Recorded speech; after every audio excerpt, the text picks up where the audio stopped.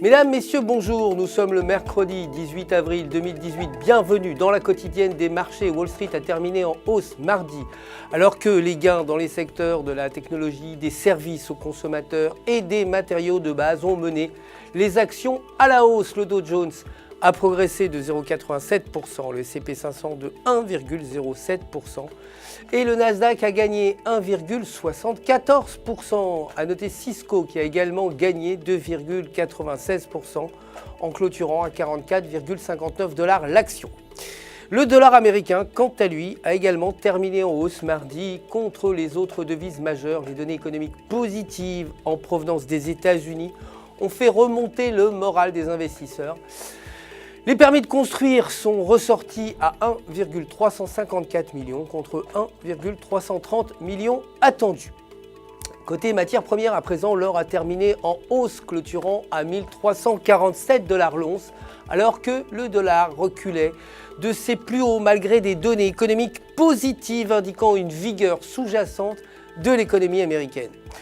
Le pétrole, quant à lui, le pétrole brut a également terminé en hausse, clôturant à 66,66$ le baril, alors que l'attention des investisseurs se tournait vers les données des stocks de pétrole brut américains qui devraient montrer peu de changements dans les approvisionnements pétroliers intérieurs. Côté devises à présent, l'euro est resté stable face au dollar, clôturant à 1,2374 et selon le graphique de 2 heures, la paire euro-US dollar évolue à proximité de la bande médiane des bandes de Bollinger à 1,2373 avec un ADX supérieur à 20. Si la paire maintient ses conditions, elle pourrait remonter vers 1,2600 alors qu'un repli sous la bande médiane pourrait la pousser vers le bas en direction des 1,2200. Aujourd'hui, l'indice des prix à la consommation IPC prévu inchangé à 1,4%. La livre sterling à présent, la livre a terminé en baisse par rapport au dollar, clôturant à 1,4292. Les traders ayant pris des bénéfices sur la paire après qu'elle ait atteint un nouveau plus haut intraday sur l'année à 1,4377. Et sur le graphique horaire, la paire évolue sous la moyenne mobile à 1,4321 avec l'indicateur RSI sous 50.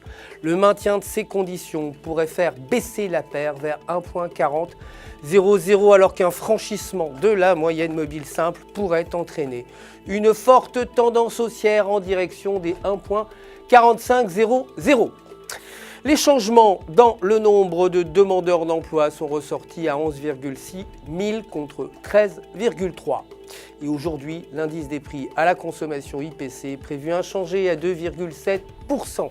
C'est la fin du flash. Merci de nous avoir suivis. Je vous retrouve très bientôt pour la suite de l'actualité des marchés du FX. D'ici là, n'oubliez pas de vous connecter à www.ufx.com pour retrouver votre gestionnaire de compte personnel qui, vous le savez, répondra à toutes vos questions. Toute l'équipe se joint à moi pour vous souhaiter une excellente journée de trading pleine de succès.